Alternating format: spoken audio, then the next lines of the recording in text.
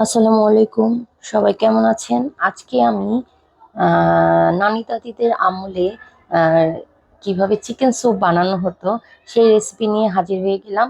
এটাকে chicken stew বলেন আর chicken soup যেটাই বলেন না কেন, ছোটবেলায় কিন্তু আমি এটাকে চিকেন স্যুপ হিসেবেই জেনে এসেছি। তো আজকের রেসিপিটা আমি আমার হাজবেন্ডের জন্য করছি। আমার হাজবেন্ডের দাঁতে ব্যথা, সে লিকুইড কিছু ছাড়া ওভাবে খেতে পাচ্ছে না। তো ওর জন্যই আমি আজকে এই রেসিপিটা তৈরি করছি। তো প্রথমে আপনারা দেখতে পাচ্ছেন যে আমি এখানে ছোট সাইজের একটা মুরগি নিয়ে নিয়েছি, মুরগির মাংসগুলো নিয়ে নিয়েছি এবং আমার কাছে স্টেক বানানোর একটা হ্যামার ছিল। সেই হ্যামারটা দিয়েই আমি এই মাংসগুলোকে ভালো করে থেতো করে নিচ্ছি, হাড়ের অংশগুলো সহ। তাহলে এটার যে গুণাগুণটা আছে সবকিছু, আমি যে স্টু বা স্যুপ যেটাই বলেন না কেন বানাবো, সেটার ফ্লেভারটা ভালো আসবে। এজন্য আপনারা দেখতেই পাচ্ছেন আমি সবগুলো মাংস এখানে থেতো করে নিচ্ছি। মাংস থেতো করে নেওয়ার পর আমি একটা কাচের জারে আমি এটাকে বসাবো। আমি আজকে, অনেকেই অনেকভাবে রান্না করেন, আমি এটাকে আজকে একটা বয়ামে করে একটা পাত্রে দিয়ে পুডিং যেভাবে বানানো হয় সেই সিস্টেমটা ফলো করে আমি এটাকে ভাপে বসাবো। আহ অনেক পদ্ধতি তো ব্যবহার করা যায়, তবে আমি ছোট থেকে এই পদ্ধতিটাই দেখে এসেছি। তা আমি আগেই বলেছি আমার নানি দাদির আমলে তারা যেভাবে বানাতো আমি ওই রেসিপিটাই সরাসরি এখানে আপনাদেরকে দেখানোর চেষ্টা করেছি। তো এ পর্যায়ে আমার প্রায় মাংসগুলোকে থেতো করে নেওয়া হয়ে গিয়েছে। এখন আমি উম, এটাকে বসানোর জন্য একটা কাচের জার নিয়ে নিব। আমার বাসায় আসলে ফস্টার ক্লার্কটা বেশি খাওয়া হয়। ফস্টার ক্লার্কের জুস আমার বাচ্চারা বেশি পছন্দ করে। তো কেন তারা কেন যেন ট্যাং খেতে চায় না। তো ফ্রেশ জুস ছাড়া পাউডার জুস হিসেবে আমরা ফস্টার ক্লার্কটাকেই বাসায় আনা হয়। তো সেই ক্ষেত্রে আমার কাছে এরকম এই যে বড় কাচের জার দেখতে পাচ্ছেন, আমি এই কাচের জারেই আজকে স্টুটাকে বসাবো।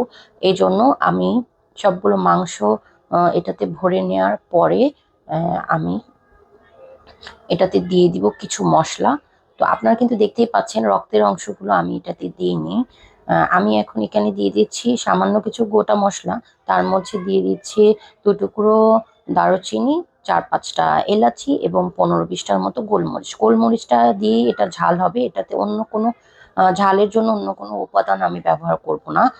তো এ পর্যায়ে আমি দিয়ে দিব পরিমাণ মতো এবং স্বাদ মতো লবণ, যেটুকু আমার আর কি স্যুপটা বানানোর জন্য প্রয়োজন হবে। তারপরে আমি দিয়ে দিব সামান্য বাটা মশলা। বাটা মশলার জন্য আমি এখানে রসুনের পরিমাণটা একটু বেশি ব্যবহার করব। ছোট্ট একটা চামচ দিয়ে আমি 2 চামচ এখানে আহ, আহ, প্রায় 2 চামচের কাছাকাছি আমি এটাকে রসুন ব্যবহার করব এবং দিয়ে দিব অর্ধেক চামচ, আপনারা দেখতেই পাচ্ছেন আমার চামচের সাইজটা কেমন, আদা বাটা। এবং দিয়ে দিব আস্ত পেঁয়াজও দেওয়া যেতে পারতো, কিন্তু আমার কাছে মনে হয়েছে তাতে গ্রেভিটা ভালো হবে না, এই জন্য আমি এখানে 2 চামচের মতো পেঁয়াজ বাটা দিয়ে দিয়েছি। এবং এ পর্যায়ে আমি পানি দিয়ে দিব এবং বয়ামটার 2 ইঞ্চি পরিমাণ খালি রেখে আমি পানিটা দিব এবং বয়ামের কর্কটা লাগিয়ে আমি এটাকে ভালো করে ঝাঁকিয়ে মিক্স করে নিব। তাহলে হবে কি, আমি যে লবণ এবং বাটা মশলাগুলো দিয়েছি সেটা এটার সাথে মিক্স হয়ে যাবে। তো আমি প্রথমে আমি বলেছিলাম যে আমি নানি দাদির আমলের স্টাইলে বানাচ্ছি। তো এটা বানানোর জন্য আমি একটা অ্যালুমিনিয়ামের একটা বড় হাঁড়ি নিয়ে নিব।